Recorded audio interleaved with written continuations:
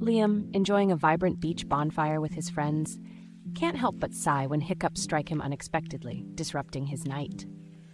Remembering an old remedy suggested by a friend, he snatches a nearby lime and quickly bites into it, grimacing at the sourness. Astonishingly, the hiccups disappear almost instantly, much to his surprise and delight.